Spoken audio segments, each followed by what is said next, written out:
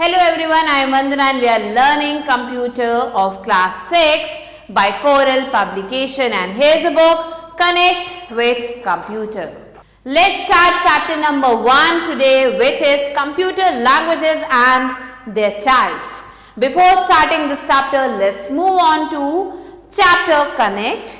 Can you understand this language of numbers and convert into English? यहाँ पे आपको कुछ नंबर्स दिख रहे हैं, क्या आप इस लैंग्वेज को समझ सकते हैं और इसे इंग्लिश में कन्वर्ट कर सकते हैं? Crack the code and right the message in the given space. यहाँ पे आपको क्या करना है, इस कोड को क्रैक करना है और मैसेज को यहाँ पे लिखना है. You can use the clue, आप क्लू को यूज कर सकते हैं. और क्लू क्या है? There are 26 letters in alphabet. यहाँ पे आपको बताया गया है कि 26 लेटर्स होते हैं इंग्लिश अल्फाबेट में. सो आपको उन लेटर्स को यहाँ पे रिकॉग्नाइज करना है. तो यहाँ पे जो फर्स्ट है वो है 9.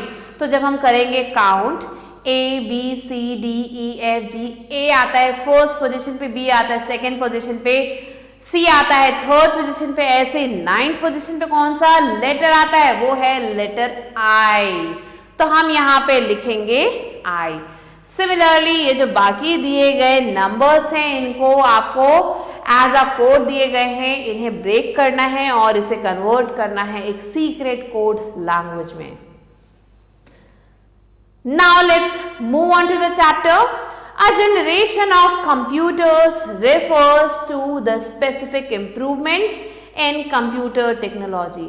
So ये क्या है? ये जनरेशन है कंप्यूटर्स का, जिसका मतलब है ये क्या बताना चाहता है? हमें बताता है कुछ स्पेसिफिक इम्प्रूवमेंट्स के बारे में कंप्यूटर टेक्नोलॉजी में जो की गई हैं विथ टाइम के साथ. सो जैसे जैसे समय बीत रहा था, कंप्यूटर में बहुत सारे चेंजेस किए गए, टेक्नोलॉजी में बहुत सारे चेंजेस किए गए, वो हम यहाँ पे पढ़ने वाले हैं. इन 1946 में electronic pathways called circuits were developed to perform the counting. Counting को परफॉर्म करने के लिए 1946 में इलेक्ट्रॉनिक पाथवेज बनाए गए थे, जिन्हें हम सर्किट्स कहते हैं. It replaced the gears and other mechanical parts. इसने क्या किया? रिप्लेस किया गियर्स को और दूसरे मैकेनिकल पार्ट्स को, use for counting in previous computing machines, जिन्हें यूज किया जा रहा था काउंटिंग के लिए दूसरे कंप्यूटिंग मशीन्स में. इन ईच न्यू जनरेशन, हर एक न्यू जनरेशन में the circuits became smaller and more advanced. जैसे जैसे जनरेशन आगे बढ़ रही थी, नए नए जनरेशन आ रहे थे, जो सर्किट्स थे वो छोटे बनते जा रहे थे और भी ज्यादा एडवांस बनते जा रहे थे. Then the previous generation circuits, अगर इन्हें कंपेयर किया जाए प्रीवियस जनरेशन सर्किट से, तो ये और भी ज्यादा एडवांस हो रहे थे. The miniaturization helped increase the speed, memory and power of computers. So ये जो changes थे, कंप्यूटर पहले के मुकाबले और छोटे होते जा रहे थे. इसकी वजह से जो स्पीड थी वो बढ़ चुकी थी, मेमोरी और पावर जो थी कंप्यूटर की वो भी बढ़ चुकी थी.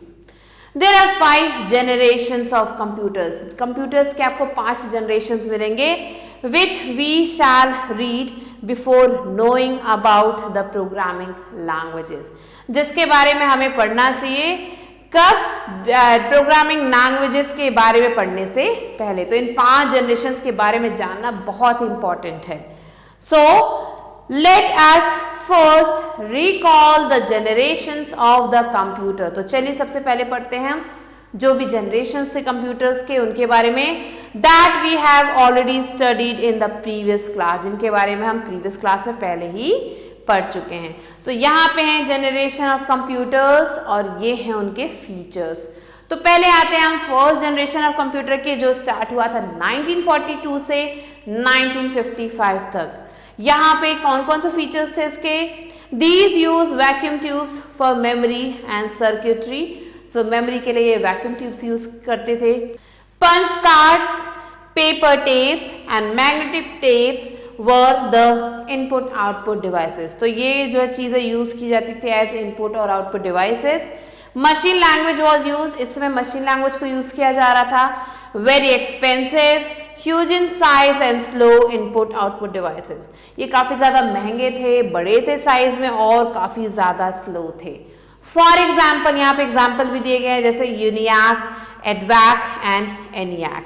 ये कुछ एग्जाम्पल्स हैं. नेक्स्ट आता है सेकेंड जनरेशन जो स्टार्ट होता है 1955 से 1964 तक. Use transistors for circuitry. अब यहाँ पे इस जनरेशन में वैक्यूम ट्यूब जो है ट्रांजिस्टर्स में कन्वर्ट हो गए. यहाँ पे ट्रांजिस्टर्स यूज किए जा रहे थे. Magnetic core and magnetic tapes were used. इस समय जो मैग्नेटिक कोर थे या जो मैग्नेटिक टेप्स थे इन्हें यूज किया जा रहा था as primary and secondary memory devices. किस रूप में? प्राइमरी और सेकेंडरी मेमोरी डिवाइसेस के रूप में. High level languages such as Fortran and COBOL were used. इस समय जो हाई लेवल लैंग्वेज थे कोबोल और फोर्टेन इन्हें यूज किया जा रहा था. Faster, cheaper and smaller in size. ये पहले के कंपैरिजन में ज्यादा फास्ट था, चीप था और स्मॉल था. For example IBM 400 and Honeywell. ये कुछ एग्जाम्पल्स है सेकेंड जनरेशन कंप्यूटर्स के. फिर आता है हमारा थर्ड जनरेशन ऑफ कंप्यूटर जो स्टार्ट होता है 1964 से 1975 तक. Used integrated circuits. यहाँ पे इस समय जो है इंटीग्रेटेड सर्किट्स यूज किए जा रहे थे, आईसीज यूज किए जा रहे थे फॉर सर्किटरी. फिर keyboards were used as input device and monitors and printers were used as output device. तो इनपुट आउटपुट डिवाइस में यहाँ पे कीबोर्ड्स और मॉनिटर्स और प्रिंटर्स को यूज किया जा रहा था. And operating system was use. इस समय तक ऑपरेटिंग सिस्टम आ चुका था. Small in size. ये पहले के मुकाबले छोटे थे. Large in storage. स्टोरेज काफी बड़ी थी. And faster. ये काफी ज्यादा तेज थे. For example Apple 1 and Honeywell 6000 series. तो ये कुछ एग्जाम्पल्स है थर्ड जनरेशन कंप्यूटर्स के. फिर आता है फोर्थ जनरेशन कंप्यूटर जो स्टार्ट होता है 1975 से 1991 तक. यहाँ पे they used very large scale integrated circuits. यहाँ पे VLSICs यूज किए जा रहे थे for circuitry. Used high capacity magnetic disk for memory. Memory के लिए यहाँ पे हाई कैपेसिटी मैग्नेटिक डिस्क भी यूज किए जा रहे थे. Very cheap, very small in size, portable and reliable. ये काफी ज्यादा सस्ते थे, छोटे थे साइज में, पोर्टेबल थे और रिलायबल थे. For example Apple, Macintosh and IBM PC. ये कुछ एग्जाम्पल्स है फोर्थ जनरेशन कंप्यूटर के. फिर आता है फिफ्थ जनरेशन जो स्टार्ट हुआ 1991 से आगे तक. Uses ultra large scale integrated circuits. यहाँ पे इस समय जो अल्ट्रा लार्ज इंटीग्रेटेड सर्किट्स है उन्हें यूज किया जाने लगा जिन्हें हम ULSICs कहते हैं फॉर सर्किटरी के लिए. Next languages such as C and C++, Java, .NET etcetera are used. इस समय ये जो हाई लेवल लैंग्वेजेस है इन्हें यूज किया जाने लगा. Consist some basic technology of artificial intelligence. यहाँ पे इस समय तक आर्टिफिशियल इंटेलिजेंस के भी कुछ बेसिक टेक्नोलॉजीज आ गई.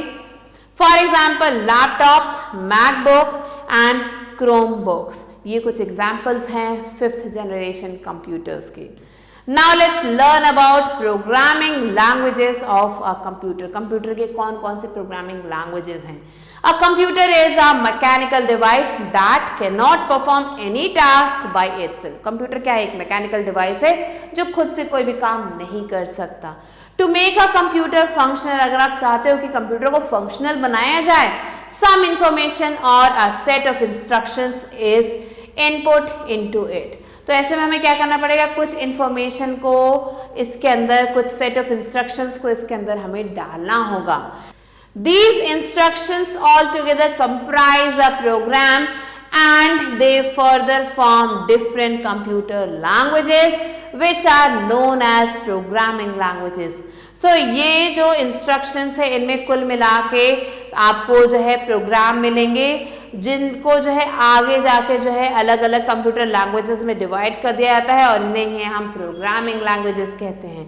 Each of these languages has its own set of vocabulary. ये जो कुछ लैंग्वेजेस है इनके खुद की कुछ सेट ऑफ vocabularies हैं and rules which is known as the syntax. और कुछ रूल्स हैं जिन्हें हम syntax कहते हैं.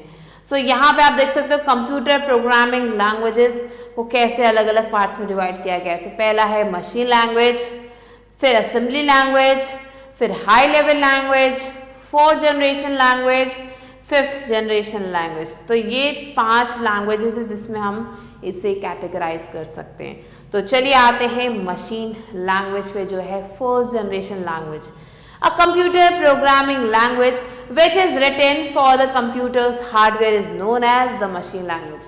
So computer programming language जिसे लिखा जाता है कंप्यूटर के हार्डवेयर के लिए, उसे हम मशीन लैंग्वेज कहते हैं। Some features of a machine language are given below, कुछ फीचर्स दिए गए हैं यहाँ पे मशीन लैंग्वेज के। तो क्या क्या है, let's see. It only consist of binary instructions, इसमें सिर्फ आपको बाइनरी इंस्ट्रक्शंस मिलेंगे, 0 1 मिलेगा, which a computer can directly respond to, जिसपे जो है कंप्यूटर डायरेक्टली रिस्पॉन्ड कर सकता है। It is the only language which can be understood by a computer, ये सिर्फ एक ऐसी लैंग्वेज है जिसे कंप्यूटर समझ सकता है। And hence it is also termed as a low level language, और इसीलिए इसे लो लेवल लैंग्वेज कहा जाता है। It is very difficult to learn, ये काफ़ी ज़्यादा डिफिकल्ट है लर्न करने में। Write and fix a program in machine language, तो इसे लर्न करना, इसे लिखना, इसे फिक्स करना काफ़ी ज़्यादा मुश्किल है मशीन लैंग्वेज में। It is not a portable language, ये पोर्टेबल लैंग्वेज बिल्कुल भी नहीं है। Which means that the program written on one computer may not execute on another computer, means जो प्रोग्राम एक कंप्यूटर पे लिख दिया गया वो सेम प्रोग्राम दूसरे कंप्यूटर पे एग्जीक्यूट नहीं कर सकते। Thus machine language is a machine dependent language, इसलिए जो मशीन लैंग्वेज है ये मशीन डिपेंडेंट लैंग्वेज है।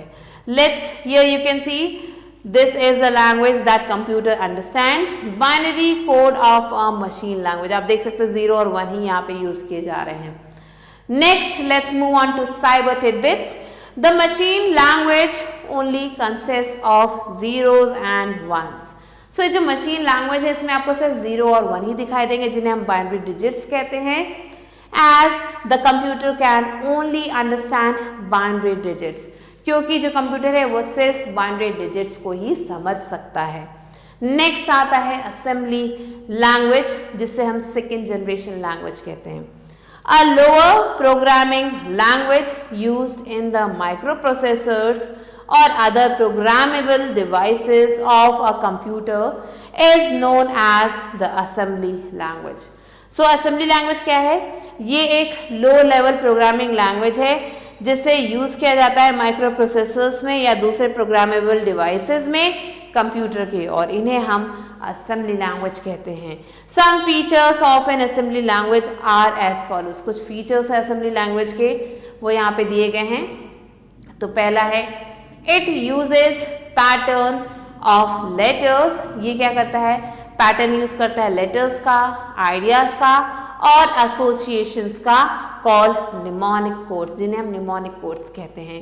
Which help in remembering simple code, ये क्या करते हैं, ये हमें हेल्प करते हैं सिंपल कोड को रिमेंबर करने में। फिर it is also a machine dependent language, ये भी एक मशीन डिपेंडेंट लैंग्वेज है। फिर है assembly language needs to be first converted into machine language to be executed for which an assembler is used. So ये जो असेंबली लैंग्वेज है इसे सबसे पहले जो है कन्वर्ट करना होता है मशीन लैंग्वेज में, क्योंकि वही लैंग्वेज कंप्यूटर समझ सकता है, और इस एग्जीक्यूशन के लिए एक असेंबली की ज़रूरत होती है जो इस लैंग्वेज को मशीन लैंग्वेज में कन्वर्ट करता है। Next let's move on to high level language, जिसे हम कहते हैं थर्ड जनरेशन और 3GL। A high level language, जिसे हम HLL भी कहते हैं, is a language that helps in creating programs less dependent on a particular computer system।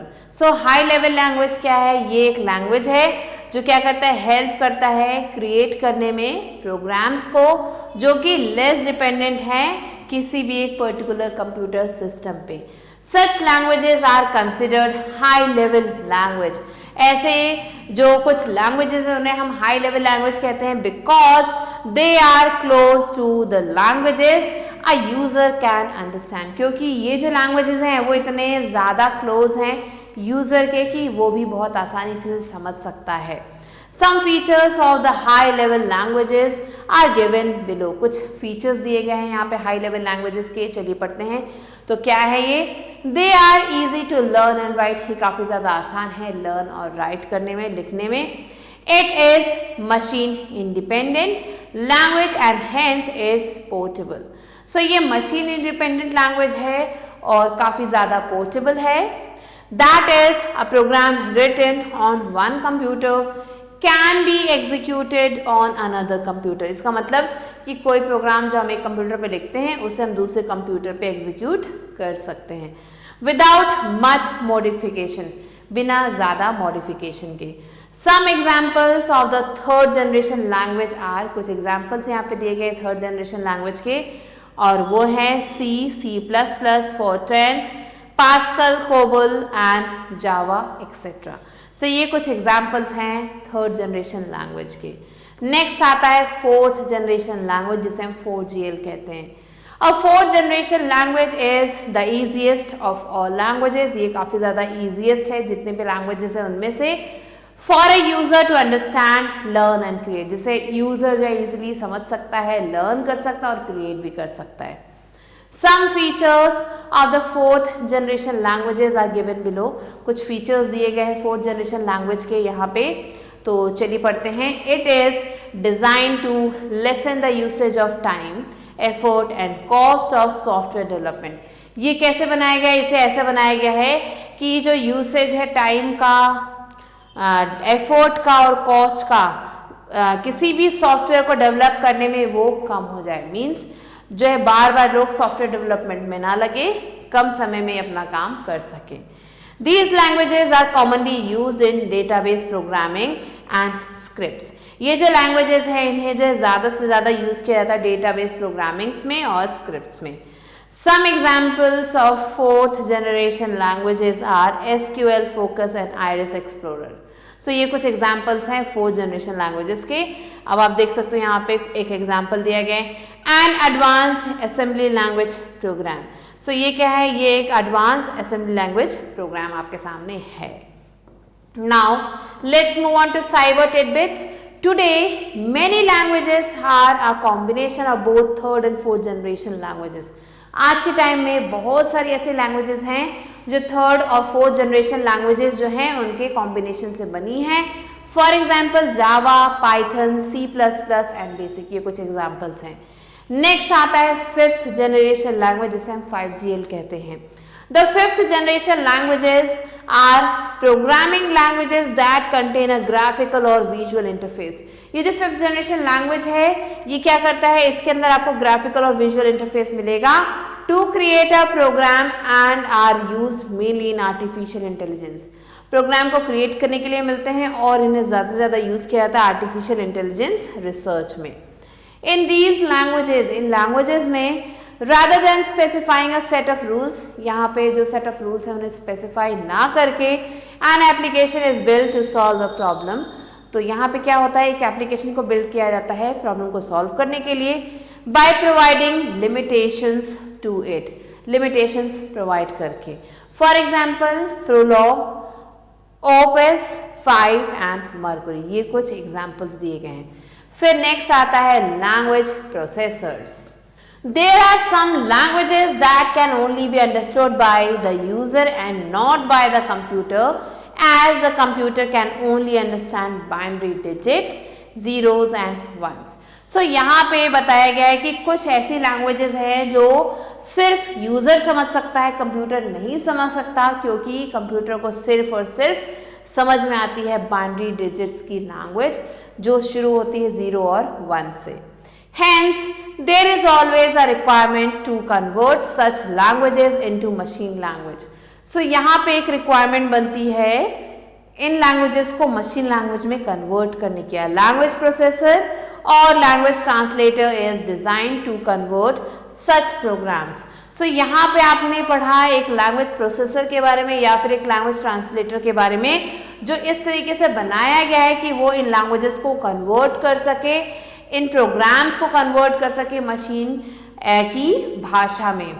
Mostly written in high level language, इन्हें जो ज़्यादातर हाई लेवल लैंग्वेज में लिखा जाता है. into machine language. So ये क्या करते हैं, ये processors high level language को machine language में convert करते हैं. There are 3 types of language processors. तो अब हम पढ़ेंगे 3 तरीके के language processors के बारे में, एंड यहाँ पे आप देख सकते हो एग्जाम्पल कुछ high level languages के. So first is interpreter. An interpreter translates a program in high level languages into machine language. So interpreter क्या करता है, high level language को machine language में convert करता है by taking one instruction at a time, एक समय में एक instruction को लेके, converting it into an intermediate code, उसको एक intermediate code में convert करता है, and executing it, और उसे execute करता है. तो high level language को interpreter जो है लो लेवल लैंग्वेज में कन्वर्ट करता है, असेंबली लैंग्वेज में कन्वर्ट करता है और बाइनरी लैंग्वेज में कन्वर्ट करता है. Next is compiler. A compiler works similar to an interpreter. ये जो कंपाइलर है ये इंटरप्रेटर की तरह ही काम करता है and converts a program in high level language into machine language. So ये क्या करता है, जो भी प्रोग्राम हाई लेवल लैंग्वेज में उसे मशीन लैंग्वेज में कन्वर्ट करता है और अ लो लेवल लैंग्वेज या फिर एक लो लेवल लैंग्वेज में कन्वर्ट करता है. The only difference is that it takes the whole source code as input at once. ये क्या करता है, सिर्फ यहाँ पे आपको एक डिफरेंस मिलेगा कि ये जो पूरा सोर्स कोड है उसे एक साथ ही लेता है as a input at once and executes the program. तो सारी चीजों को एक साथ लेके प्रोग्राम को एग्जीक्यूट कर देता है. बट जो आपका इंटरप्रेटर है ये एक एक करके कमांड्स लेता है, लेकिन कंपाइलर एक साथ सारे कमांड्स ले लेता है. सो यहाँ पे आप देख सकते हो हाई लेवल लैंग्वेज को कंपाइलर ने लो लेवल लैंग्वेज में कन्वर्ट कर दिया. फिर आता है असेंबलर.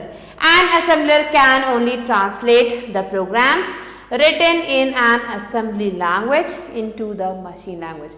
सो असेंबलर क्या कर सकता है, सिर्फ उसी लैंग्वेज को जो असेंबली लैंग्वेज में लिखी गई उसी को ये मशीन लैंग्वेज में कन्वर्ट कर सकता है. The output of an assembler is called an object file. जो output है assembler का उसे हम object file कहते हैं और object code या फिर object code कहते हैं, which contain a combination of instructions for the computer, जिसमें आपको combination मिलेगा instructions का computer के लिए, as well as the data required to place these instructions. यहाँ पे आपको डेटा भी मिलेगा कि कैसे इंस्ट्रक्शंस को प्लेस करना है इन कंप्यूटर्स मेमोरी, कंप्यूटर की मेमोरी में. So here you can see computer instructions. This is assembler and binary digit. So कैसे असेंबलर जो है कंप्यूटर के इंस्ट्रक्शंस को बाइनरी डिजिट्स में मीन्स 0 और 1 में कन्वर्ट करता है. Now let's move on to recap. Since 1942, there are total 5 generations of a computer till date. The instructions given to a computer to make it serviceable are known as programs, and these programs together form programming languages. Each of these languages has its own set of vocabulary and rules, which is known as the syntax. Each generation of the computer had its own language, which are machine language, assembly language, third generation language, fourth generation language and fifth generation language. A language processor or language translator is designed to convert programs written in high level language into machine language. There are 3 types of language processors: interpreter, compiler and assembler. Now let's move on to book exercise, which is evaluate. A exercise is tick the correct option here. The first one is the second generation computers used dash for circuitry, ICs, transistors or VLSICs. So here the correct answer is ICs. Second one, which of the following is the largest in size? ADVAC, Honeywell or Apple Macintosh? Correct answer is ADVAC. Third one, the dash language consists of the binary digits, machine language, assembly language or high level language. Correct answer is machine language. Fourth one, A and dash translates a program in high level language into machine language. Interpreter, compiler or both A and B. Correct answer is both A and B. Fifth one is, which is an example of the fourth generation language? Fortran, C++, SQL. Correct answer is SQL. Now let's move on to B exercise, which is fill in the blanks with suitable words. First one is, a language is a means of communication comprising the use of words in a structured manner. Second, the second generation computers use transistors for circuitry. Third one, the third generation computers existed from 1964 to 1975.